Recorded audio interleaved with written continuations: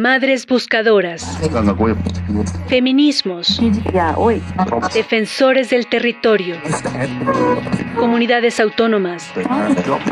Radio Universidad de Guadalajara presenta el análisis crítico de la realidad de cada día. Cosa Pública 2.0 con Rubén Martín y Jesús Estrada. Comenzamos.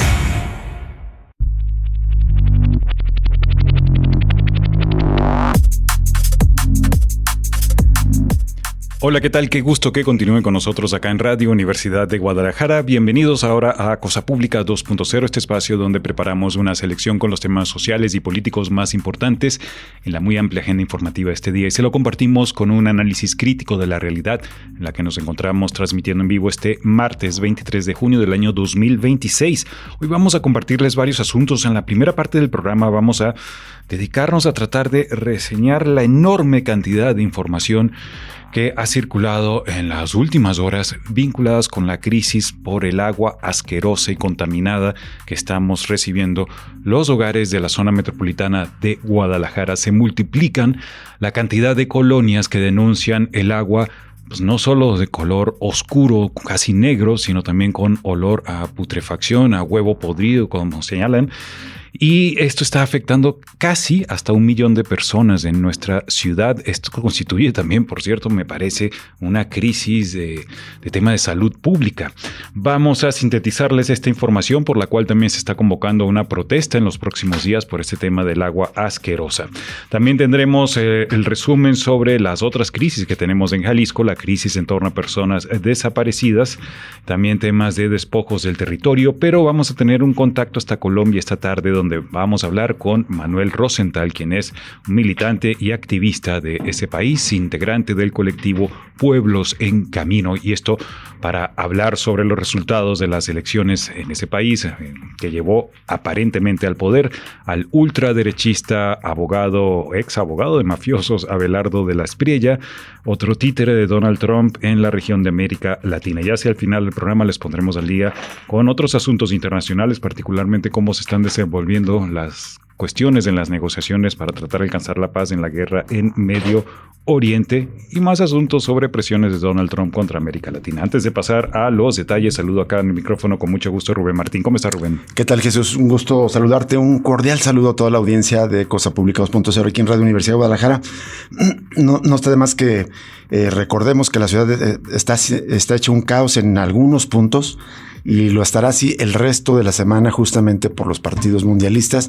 La zona de Avenida América hasta avenida entre Punto Sao Paulo, más bien desde la Glorieta Colón, Punto Sao Paulo hasta Plaza Patria, está hecho un caos en buena medida porque hay 2 hoteles que son justamente la sede de concentración del equipo de Colombia y del equipo de República del Congo, de tal manera que hay carriles totalmente invadidos por autobuses, por patrullas, por seguridad.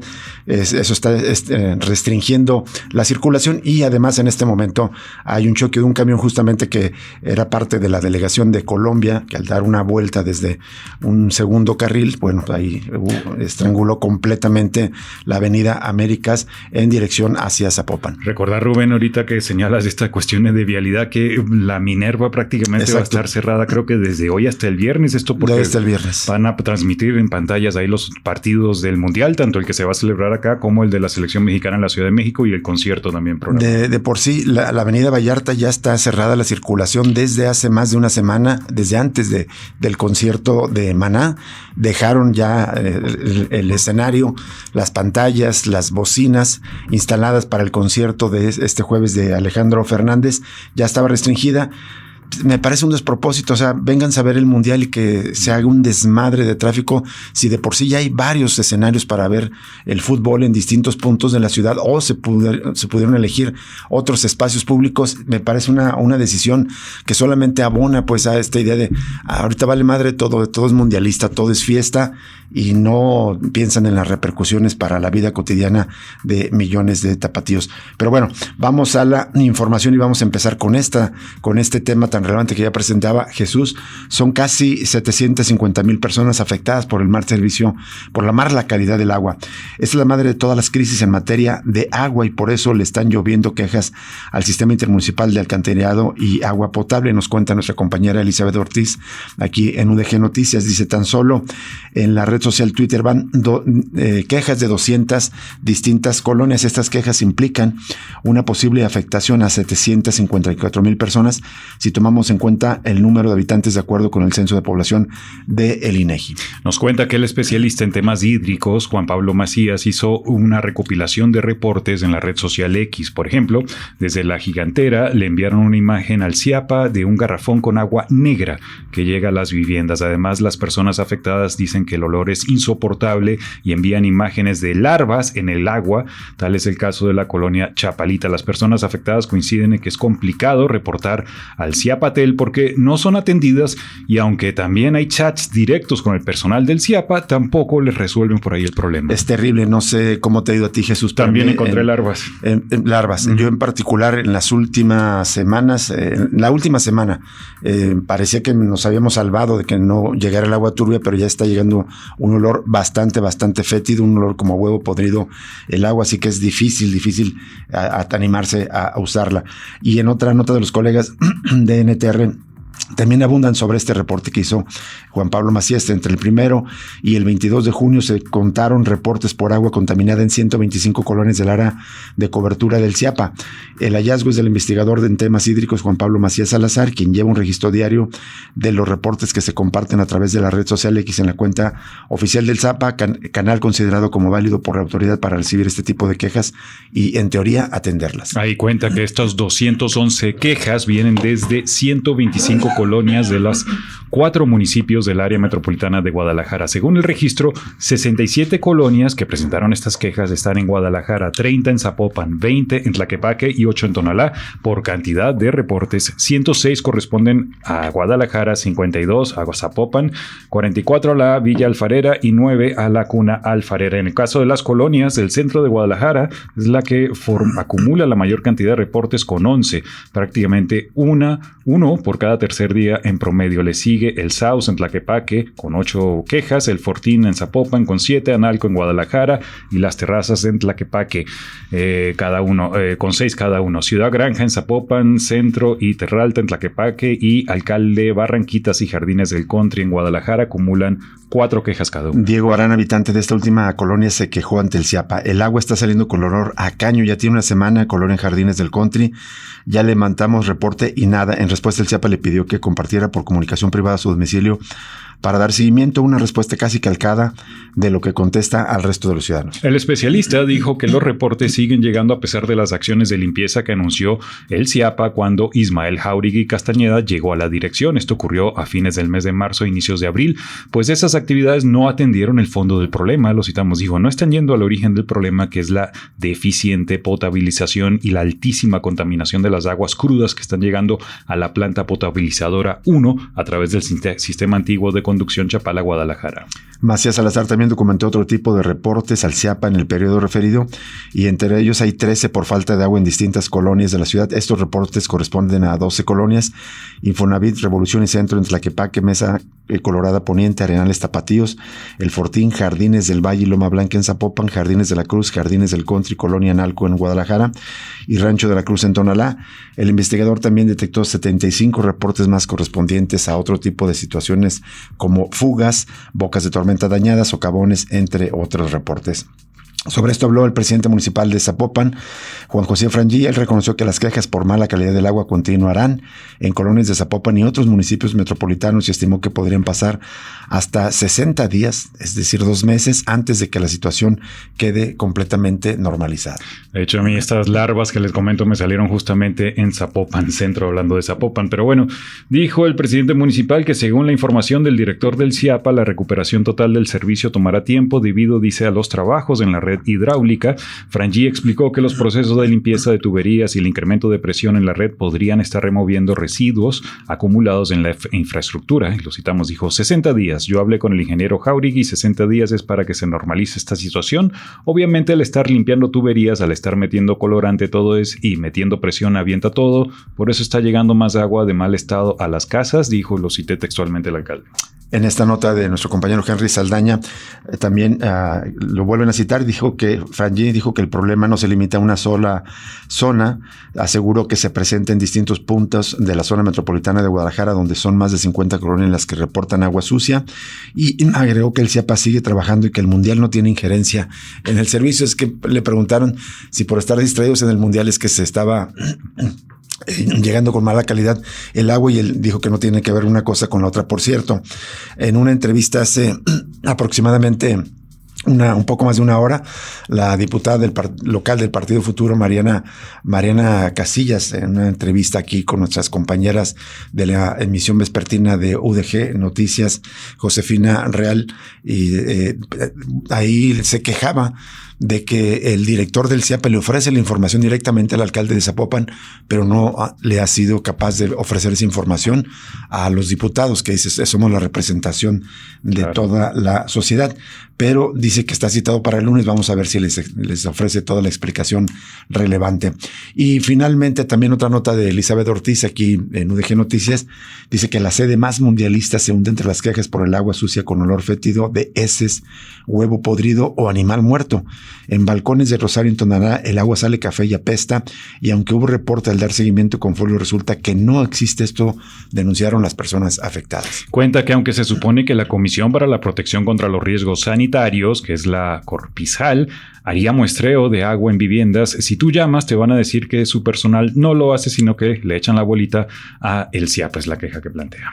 Y mientras tanto, la lista de colonias con el agua contaminada va creciendo. Por ejemplo, La Calma, El Sauce, El Fortín, Talpita, Pinar de la Calma, Miramar, Lomas de Polanco, Echeverría, El Salate, Colli Urbano, La Moderna, la zona de las 9 esquinas, Jardines de San José, Residencial Cordilleras, La Perla y Chapalita, entre otros. Y aquí citan a un vecino, José Armando Tobar, de Álamo Industrial. Dice, salía solamente apestosa y en ocasiones como cafecita, se quedaba otra vez como la semana, volvía a salir otra vez blanca, normalita pues, pero con olor todavía. Ya tiene unos 10 días que empezó a salir ya el agua de la calle con este olor ya oscuro. Son una parte de las quejas, de las miles y miles de quejas que hay. Y finalmente le comentamos que por el agua pestilente que reciben y hasta de color oscuro, habitantes de distintas colonias convocaron a una manifestación contra el agua sucia para el 4 de julio en Casa Jalisco a las 10 de la mañana. Otra reporte de nuestra compañera Elizabeth Ortiz. Dice que hay quienes ya aprobaron filtros y esta solución queda corta para el problema del agua. Mientras tanto, hay una petición en la página change.org para resolver el problema del agua apestosa en toda la zona metropolitana. La creadora de esa petición, Maggie Franco, dijo que el agua en Zapopan tiene un olor apestoso y es un riesgo para la salud, por lo que exigió una auditoría completa del sistema de abastecimiento de agua. Está bien, esta convocatoria está interesante, Rubén. Lástima que es como hasta el 4 de julio, me parece. Creo que ya es casi el final del Mundial, hacia esa fecha prácticamente los últimos días. Faltan varios días todavía. Y finalmente, antes de irnos a la pausa, también son vecinos de Mexicalcingo, del barrio de Mexicalcingo, quienes están reportando la mala calidad del agua. Huele como a óxido o a huevo podrido. Esto dijeron algunas personas en un reporte de nuestro compañero Ignacio Pérez Vega aquí en UDG Noticias. Nos vamos a la pausa y regresamos con la entrevista de esta tarde.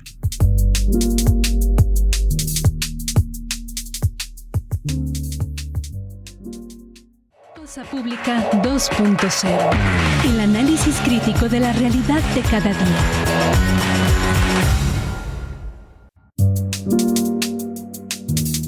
Seguimos en Cosa Pública 2.0. Muchas gracias por estar en sintonía con nosotros aquí en Cosa Pública. Estábamos comentando fuera del aire que pues la gran cantidad de quejas, de reportes por el mal servicio de la calidad del agua, y que esto no es de estos días, tiene semanas, tiene meses, de hecho años. Sí. Pero se había concentrado en muy pocas zonas. Ahora creo que nunca habíamos tenido los tapatíos tan mala calidad del agua en términos masivos, generalizados. Y yo le decía a Jesús, durante todavía los tapatíos nos hemos acostumbrado, hemos sabido que no podemos beber esa agua directamente de la llave como se hace en otras ciudades del mundo. en varias, y que aquí pues nos acostumbramos, que sabemos que esa agua no se toma, pero no temías bañarte con ella o lavar la ropa o lavar trastes o los alimentos. Y ahora todo eso incluso se pone en pausa, en duda, en riesgo, ¿no? Y recordando también que ya hubo organizaciones como INDEC que hicieron un muestreo independiente que hablaba de los riesgos para la salud pública de esta pésima calidad del agua, y bien como recuerdas tiene años. Y solo un detalle también, hay que ver cómo le va a los turistas también que están visitando la ciudad con ese tema del agua, qué impacto pudiese tener eventualmente a mediano o largo plazo. Y antes de pasar a otro tema, solo lo contradictorio que es la crisis del agua que tenemos en la zona metropolitana, porque por un lado estamos hablando de agua contaminada que estamos recibiendo en los hogares, pero al mismo tiempo verdaderamente hay una escasez en cuanto a la distribución del agua ahorita porque está lloviendo, pero recordemos hace pocas semanas era el tema de la escasez que había y los cortes de agua todavía en algunas colonias de la zona metropolitana, y esto mientras vemos cómo pues el agua pluvial se desperdicia prácticamente porque no se ha atendido peticiones como la que han hecho especialistas como Arturo Gleason, quien siempre insiste junto con otros académicos en el tema de la gestión integral del agua para nuestra sedienta ciudad y al mismo tiempo contaminada ciudad. Por cierto, hubo un reporte también de una señora embarazada y su hija pequeña que fueron rescatadas en el canal de la Avenida Patria, que se desbordó en una tormenta en días pasados. Parece que las rescataron hasta 1 kilómetro después de que cayeron dentro de ese canal, y hay un recuento, lamentablemente ya hay víctimas mortales en el actual temporal de lluvias. Las ironías del tema del agua acá en la zona metropolitana. Mientras tanto, todavía tenemos presente la otra crisis social muy grave en Jalisco, que es la crisis en torno a personas desaparecidas. Déjame comenzar, Jesús, con un reporte que nos comparte Sofía García del Consejo Regional Virrárica, y es que se está reportando como desaparecida a Simona Díaz Ramírez. Ella tiene 81 años y como seña particular tiene pecas en ambas mejillas, verrugas en nariz, lado derecho, cicatrices en abdomen y en párpado izquierdo, perforaciones en ambas orejas, dialecto nativo huichol, cabello quebrado largo y entrecano, tez morena clara, delgada, estatura de 1,74 m. Su vestimenta es una blusa morada, chaleco guinda, falda verde, guaraches grises, morral de varios colores, color amarillo, chaquira, bolsa de plástico con ropa y lentes de aumentos negros, y se reporta como desaparecida. La última vez que se le vio fue en Lomas de Polanco, y la última vez que se le vio fue el 20 de junio, apenas hace 3 días. Repito el nombre de Simona Díaz Ramírez. Desde el Consejo Regional Virrárica nos están pidiendo ayuda para reportar esta desaparición.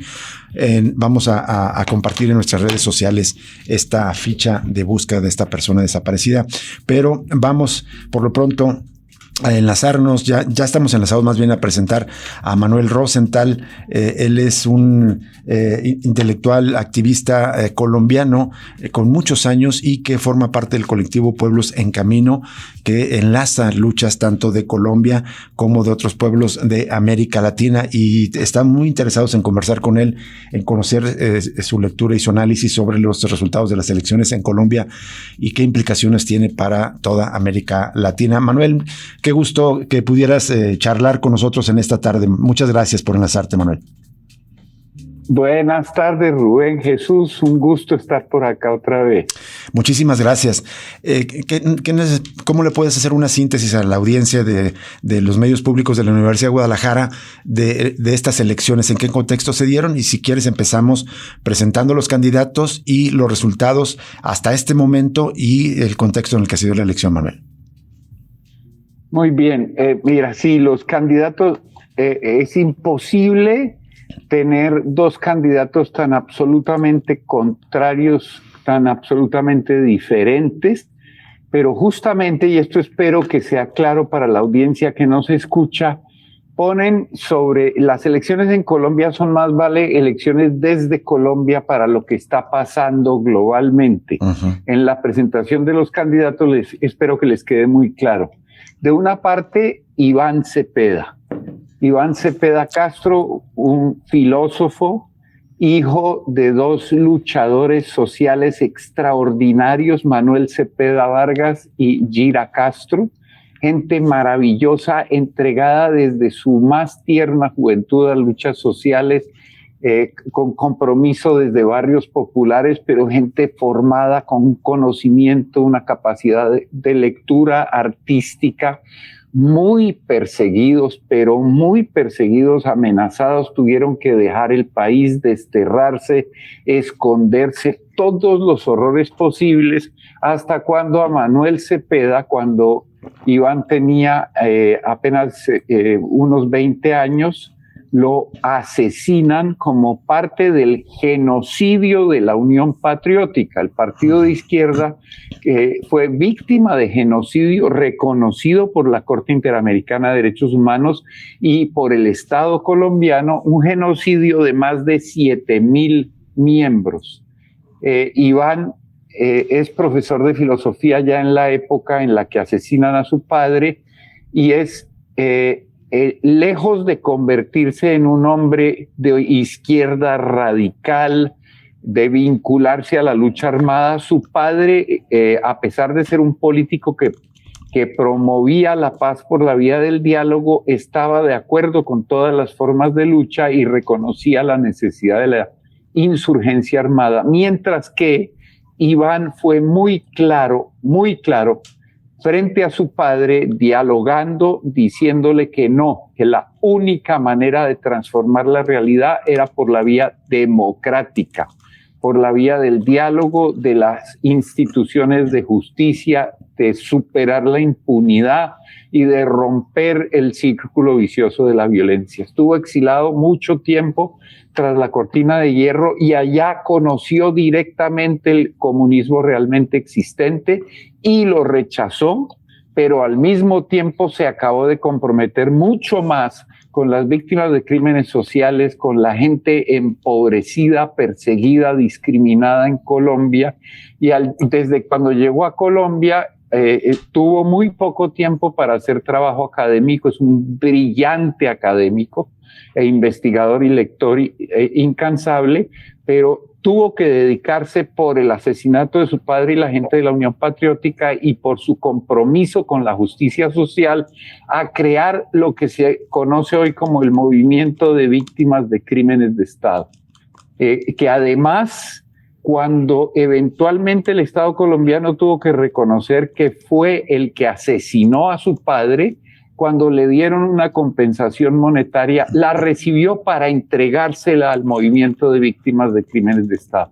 Y luego fue electo al Congreso de Colombia y fue él, Iván Cepeda, él, a nombre de las víctimas, él, una de las víctimas, quien recogió los testimonios de paramilitares y otros que actuaron bajo las órdenes de Álvaro Uribe Vélez, el expresidente, y de su hermano, en la creación de un frente paramilitar y en la ejecución de toda clase de masacres, etc.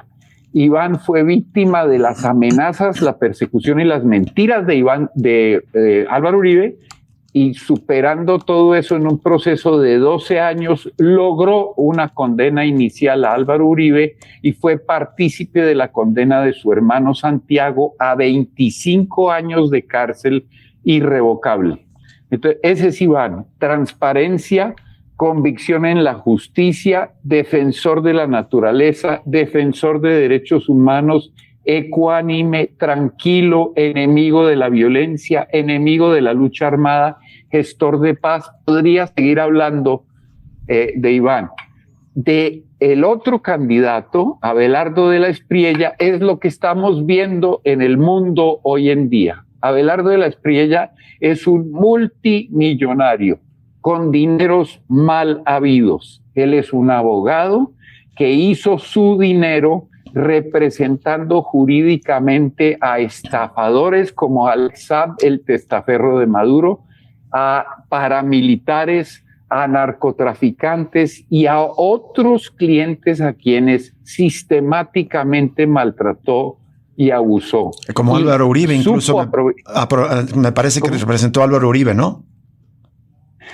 Claro, representó, o sea, ha estado vinculado a todo el aparato de mentira, de maltrato, de la cercanía, las fotografías, las evidencias de su cercanía con paramilitares y asesinos es impresionante. Tanto que en este momento hay un número de procesos en cursos en la Fiscalía General de la República contra él por delitos graves como concierto para delinquir, estafa, etcétera. Es un criminal multimillonario que tiene ciudadanía italiana, tiene ciudadanía estadounidense y además se declara republicano y tiene toda su lealtad al Partido Republicano, a Donald Trump, cercanía a Marco Rubio y a Bernie Moreno, el senador republicano nacido en Colombia que representa a Ohio. O sea, y para que lo conozcan bien, nada de esto es una opinión mía ni un invento, esto todo está documentado y mucho más y mucho peor. Abelardo de la Espriella detesta Colombia y lo ha dicho abiertamente. Detesta la comida colombiana, dice que el atraso de este país es por lo que hay acá. Él quiere vivir afuera. Dijo en varias declaraciones públicas que es ateo y no tiene nada que ver con la religión. Es abiertamente misógino y durante su campaña lo fue. Promete destripar a la izquierda, cualquiera que se oponga a él, matarlo, y ha perseguido esto que estamos haciendo hoy. 109 periodistas han sido demandados por Abelardo de la Espriella por cuestionarlo, criticarlo. Como él es millonario, vean el método Trump. Sí, exactamente. Pone una demanda civil, embarga los bienes de los periodistas y como no tienen los recursos económicos para defenderse, a más de uno lo ha arruinado. En los procesos que sí han continuado, no prosperan porque él no tiene ninguna prueba, en realidad las evidencias están contra él. O sea, la campaña de Abelardo de la Espriella es para hacer lo mismo que Milei, que Bukele. Es más, restablecer relaciones con Netanyahu y hacer lo mismo que él. Entonces tenemos dos candidatos. Uno para continuar con el proyecto Petro, continuar con transformaciones, reformas sociales, escuchar al pueblo y dialogar como camino para construir país. Y otro que promete destruir al otro, que ha sido un estafador y un mentiroso y que cambia su discurso. Ahora es religioso para conseguir votos no se le puede confiar. Esos son los dos candidatos. Manuel, y el resultado de la elección fue sumamente estrecho, 12.9 millones de votos aproximadamente para el candidato derechista, Abelardo de la Espriella, y 12.7 y un poco más para Iván Cepeda. Ha habido acusaciones bastante fuertes del todavía presidente Gustavo Petro de posible interferencia de Israel en el sistema de cómputo electrónico que pudo haber alterado. ¿Qué nos puedes decir de en qué fase se encuentra? Todavía no hay resultados oficiales de la autoridad electoral confirmados. Sí, desafortunadamente sí. Desde hace muy poco tiempo el mecanismo de escrutinio. Hay un preconteo rápido que en 1 hora supimos todas y todos el resultado que diste. Uh-huh. Pero hay un proceso de escrutinio que se hace manualmente y el candidato Iván Cepeda y su partido demandaron o imputaron más de 57,000 mesas de votación. Ajá. Sin embargo, el resultado ya salió, lo escuché hace una media hora. El resultado del escrutinio ratifica los resultados. No hay cambio sustancial. Estoy viendo Iván Cepeda había anunciado que aceptaba el resultado. Lo que dice el presidente Petro es posible, pero no puede probarse, claro, porque el software y los sistemas electrónicos y de conteo y demás están bajo el control de una firma privada de enemigos del gobierno Petro. Por ley y por orden de la Corte Constitucional tenían que haberle entregado este sistema al gobierno colombiano, nunca lo hicieron y sin embargo el Consejo Nacional Electoral los dejó que hicieran eso. O sea, si hubo fraude, mucha gente piensa que lo hubo, al final no es posible demostrarlo. Ahora, lo Manuel, que es un hecho, si lo quiero... Una sí. cosa, si te escuché bien, Iván Cepeda dijo que iba a aceptar este resultado y justo estoy viendo la nota que ya, como bien dices, ya está confirmando la Registraduría Nacional del Estado Civil de Colombia los resultados. ¿Esto quiere decir que Iván Cepeda lo aceptará y va a gobernar Abelardo de la Espriella? Eso quiere decir, seguramente, no hemos escuchado, lo único que falta es escuchar a Iván, pero Iván va a ser coherente y consistente con lo que dijo y seguramente aceptará el resultado si el procedimiento fue correcto. Claro. Entonces nos falta saber si su equipo de abogados que imputaron todas estas mesas está satisfecho con la manera en que se hicieron las investigaciones. Por lo que yo escucho, parece que sí. Entonces, en principio hay que asumir que seguramente se aceptarán los resultados y que de la Espriella va a ser el presidente de Colombia. O déjenme corregir esto, que Donald Trump va a ser el presidente de Colombia a través de Abelardo de la Espriella. Exactamente. Qué terrible escenario. Otro títere en América Latina de Trump. Manuel, te saluda Jesús Estrada, un gusto escucharte.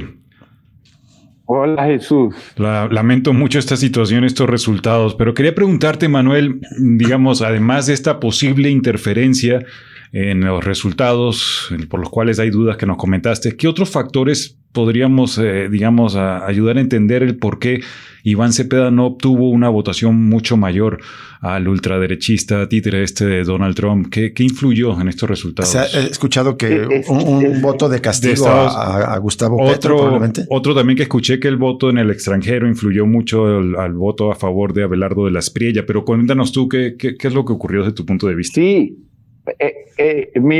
la angustia que sentimos es enorme.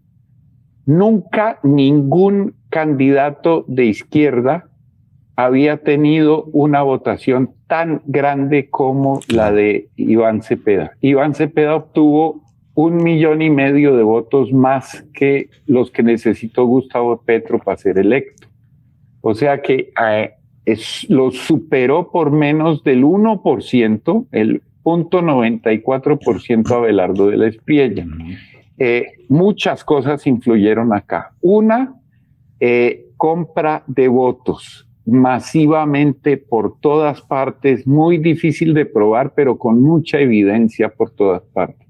Promesa de dinero, compra de gente. Dos, ustedes recordarán que en Colombia hubo una negociación y firma de un acuerdo de paz que después fue sometida a un referendo, en el que el pueblo tenía que decir sí o no al acuerdo de paz de una guerra eterna. Y ganó el no. O sea, esto es una repetición de lo que ya se dio en el 2016, cuando la gente rechazó el acuerdo de paz. Sí. Y si uno mira el mapa de Colombia, se da cuenta que es el mismo mapa del rechazo. Son el centro del país, el centro de Colombia, las zonas que tal vez han sido menos afectadas por la guerra, por el empobrecimiento, etcétera, y más sometidas al control de la combinación de élites, mafias, actores armados en relación con el narcotráfico y grandes empresas vinculadas a transnacionales. Por ahí va el resultado.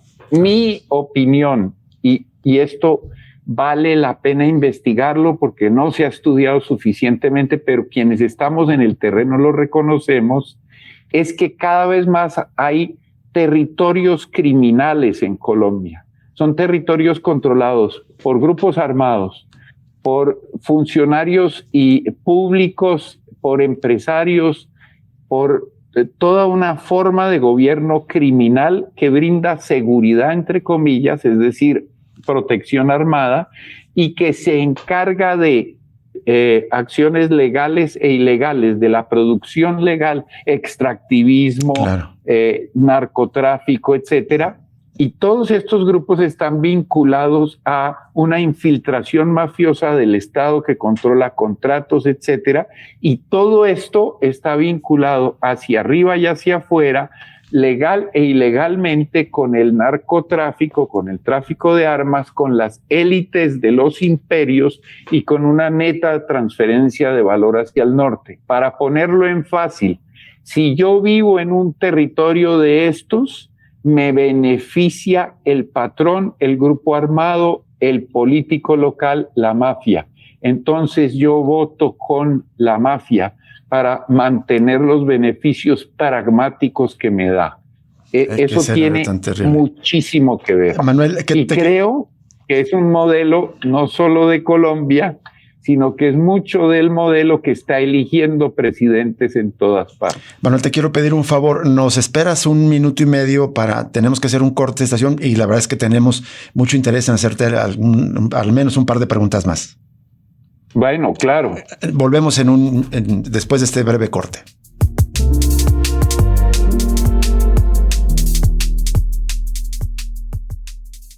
Cosa Pública 2.0. El análisis crítico de la realidad de cada día.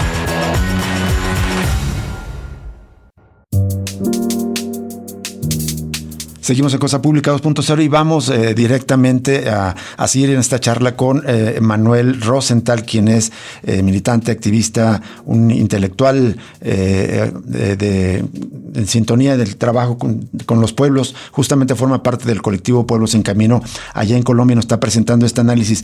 Manuel, ahorita que nos fuimos a la pausa, comentamos Jesús y yo que un poco la descripción que hacías, un poco del contexto en el que gana Abelardo de la Espriella, de algún modo también se replica en México. Pero quería preguntarte más bien tu opinión, porque conoces muy bien el panorama de América Latina, de las repercusiones en términos de un realineamiento de gobiernos de derecha y con esta característica muy alineados con el gobierno de Donald Trump. Lo definiste muy bien, va a gobernar en Colombia Donald Trump a través de Abelardo de la Espriella, como lo está haciendo en Argentina, probablemente en Ecuador también, que es otro perfil muy semejante, y también incluso Costa Rica y varios países y en El Salvador. ¿Qué repercusiones tiene esta derrota de la izquierda colombiana para el resto de América Latina, en tu opinión, Manuel? Gigantescas. Primero, por lo que les decía, aquí hubo una confrontación político-electoral entre nuestra autonomía, la defensa de una institucionalidad democrática. Puede que uno esté de acuerdo o no esté de acuerdo con que el Estado pueda ser realmente democrático, pero si alguien representa la convicción de que el Estado puede y debe serlo, es Iván Cepeda y el movimiento que se generó alrededor de él a partir del gobierno Petro al que le da continuidad. Entonces, este contexto es en realidad la confrontación político-electoral de un modelo de autonomía, de dignidad, de defensa de la vida, de defensa de derechos, de construcción desde el Estado de apoyo a procesos y pueblos, y del otro lado un modelo que es la doctrina Monroe o Donroe, es decir, los Estados Unidos necesitan, como lo dicen en su estrategia de seguridad nacional, someter todo el territorio de este continente como su patio trasero para obtener los recursos que necesita.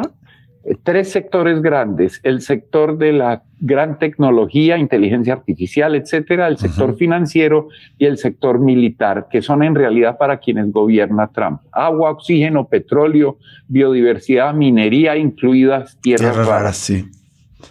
Todo el continente lo tiene que tomar y está enfrentando a la presencia creciente de China, que necesita eso mismo y que ha estado entrando a todo este continente. Entonces, la doctrina de seguridad nacional, el escudo de las Américas, Trump ha logrado construir alineado a su dictadura, porque es una dictadura republicana de Trump, alineado a su dictadura, ha construido un modelo fascista de ocupación del continente con pretextos como el narcotráfico, pretextos para asesinar a pequeños productores o transportadores de manera impune, militarizar territorios, ocupar territorios y desocuparlos, y mientras tanto aliarse, defender, enriquecer y perdonar a quienes han sido condenados como narcotraficantes. Como el expresidente de Honduras. Narcotraficante Álvaro Uribe, pero sobre todo el expresidente de Honduras, que fue que fue en flagrancia descubierto transportando 450 toneladas de cocaína a Estados Unidos, fue condenado a prisión y perdonado por Trump, por Israel, por el sionismo, para montar un aparato de terror y comunicación fascista contra los gobiernos de México y de Colombia. Eso está detrás de esto. Entonces, ¿qué queda en este continente? Con sus defectos y limitaciones. Quedaba Colombia, queda Brasil, que se somete a las elecciones, y Bolsonaro ya tiene el apoyo, Bolsonaro Jr. ya tiene el apoyo de Marco Rubio y de los Estados Unidos, y la Sheinbaum, y ustedes saben la debilidad de la presidenta Sheinbaum, creciente frente a eso. Entonces, ¿qué queda?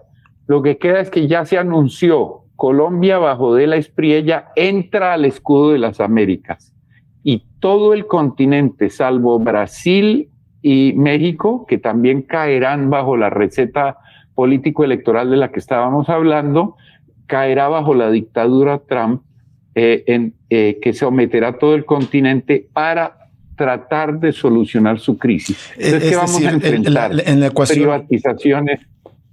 En la ecuación geopolítica que comentaste muy de paso, pero un poco enfatizarla, ante la derrota de Estados Unidos en Irán, no sé si coincidas con esto, ante la habilidad frente a China y un poco el enfriamiento de las relaciones transatlánticas con Europa, hay este realineamiento que ya describiste de la doctrina Monroe o Donroe, y más bien se van a concentrar en dominar toda América Latina, o como dicen ellos, el hemisferio occidental. ¿Cuba crees que esté en grave riesgo en este escenario, Manuel? Un poco como para decir, no pude con Irán, pero sí voy a tomar Cuba. Claro. Cuba, es impresionante que Cuba haya logrado mantenerse, porque el bloqueo sobre Cuba ha sido... si lo comparamos con Venezuela, lo de Venezuela no fue nada. Es impresionante. Y Cuba no tiene defensas militares, no tiene un estrecho de Hormuz, no puede amenazar económicamente a Estados Unidos, y siguen ahí. Algo hay en Cuba que es impresionante, más allá de toda posibilidad. Y eso que obviamente que necesite reformas, etcétera, eso no es lo que está en discusión, es la defensa de la dignidad, de la autonomía, de la soberanía frente a este imperio horrendo.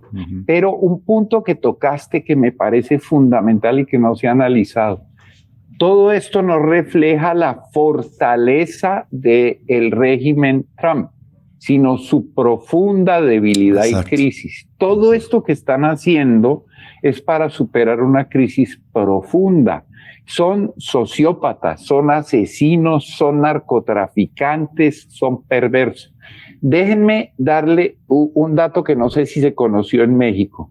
Beto Coral es un blogger, un youtuber colombiano, hijo de uno de los oficiales de la policía que dio con Pablo Escobar y lo mató. A él lo asesinaron y seguramente fue la propia fuerza pública la que lo mató, por lo que sabía. Beto escribió sobre esto, y Beto ha sido un militante de izquierda y el hijo de un héroe de este país. Beto tuvo que asilarse en Estados Unidos hace 10 años, en Phoenix, Arizona, y desde allí hace su blog de Beto Coral. Les invito a que lo vean. Y es impresionante, de una seriedad, de un cuidado y de una postura coherente. Pues resulta que la semana pasada, 9 horas antes de los hechos, Abelardo de la Espriella, quien ha sido criticado por Beto Coral, anunció que tenía una buena noticia en relación con Beto. Y resulta que cuando Beto llegó a su casa en Phoenix, Arizona, donde está legalmente en solicitud de asilo desde hace 10 años, con un permiso de trabajo de un juez de los Estados Unidos y trabajando como Uber, llegó a su casa y había 4 agentes armados de ICE que lo capturaron con una orden de Marco Rubio. ¿Cuál es la acusación? Para que nos demos cuenta de que cuando uno dice dictadura Trump, no está exagerando. Sí. No, claro. La acusación que le hacen a Beto Coral es que estando en Estados Unidos criticó a alguien que es de interés diplomático de los Estados Unidos, el candidato de la Espriella. Es decir, que si uno allá critica a alguien de su país con evidencias, entonces es un criminal y lo captura. No, es dictadura. Manuel, hay mucho que hablar y solo rápidamente es la pregunta del millón y en 1 minuto o 2 minutos si pueden respondernos. ¿Qué podemos hacer para evitar que se replique esa victoria de la ultraderecha, por ejemplo, en el caso de México, considerando el contexto de que la presidenta Claudia Sheinbaum todavía tiene un 70% de popularidad, pero está perdiendo, me parece, el contacto con luchas sociales desde abajo, como maestros, madres de buscadoras, víctimas de violencia, comunidades indígenas? ¿Cómo evitar que pase algo similar acá en México desde tu punto de vista? Excelente pregunta y es el motivo fundamental de nuestra angustia y frustración. Aquí lo que había que hacer, todos los huevos no debían estar en la canasta de lo político electoral estatal. Ganara o perdiera Iván Cepeda, lo que había que hacer es lo mismo, aún para que ganara. Construir agendas desde las bases, escuchar a los pueblos, en el caso de México, buscadoras, educadores, etcétera, y construir agendas de los pueblos. Deberíamos aprender que la agenda de los gobiernos progresistas y de izquierda no es la administración del Estado para beneficio del capital, sino la oxigenación y fortalecimiento de agendas de los pueblos para que los estados vayan sometiéndose paulatina, progresivamente a los pueblos.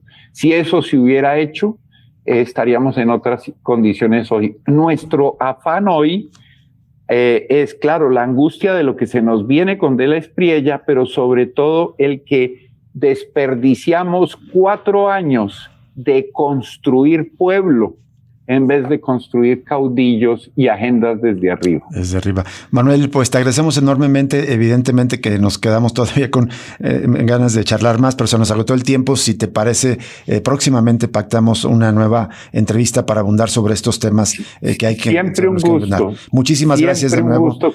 Un abrazo. Un abrazo también hasta Colombia, estimado Manuel Rosenthal. Nos vamos a una pausa y regresamos para cerrar Cosa Pública 2.0.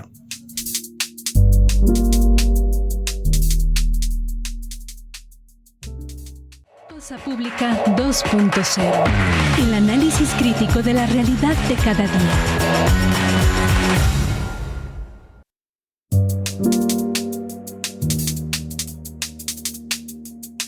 Seguimos en Cosa Pública 2.0 prácticamente para despedirnos, pero solamente queríamos compartirles esta nota de la otra crisis, la crisis por desaparición de personas.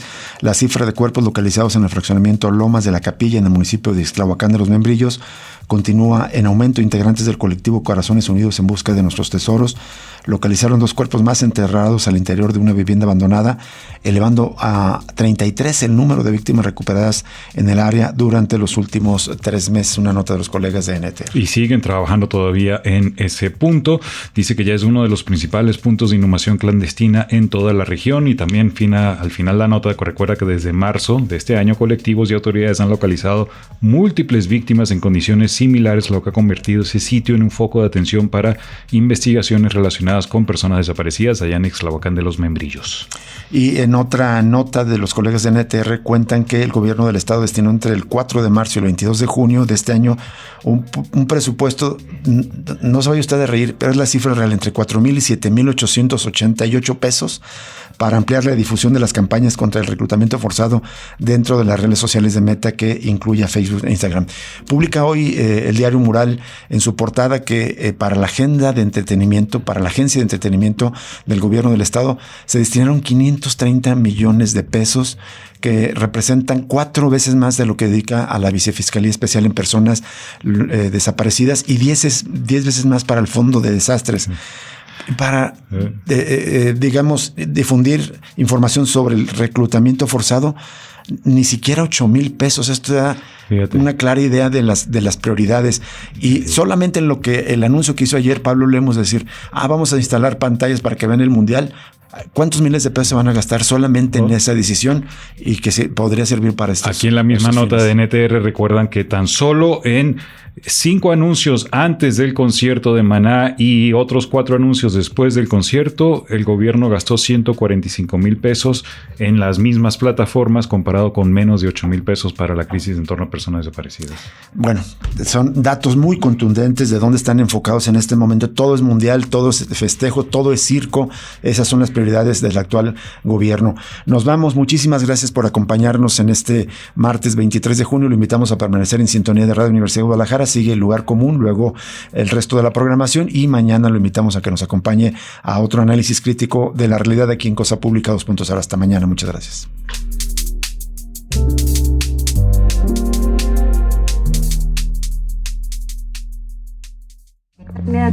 Madres buscadoras. Feminismos. Defensores del territorio. Comunidades autónomas. Radio Universidad de Guadalajara presentó el análisis crítico de la realidad de cada día. Cosa Pública 2.0 con Rubén Martín y Jesús Estrada. 104.3 FM.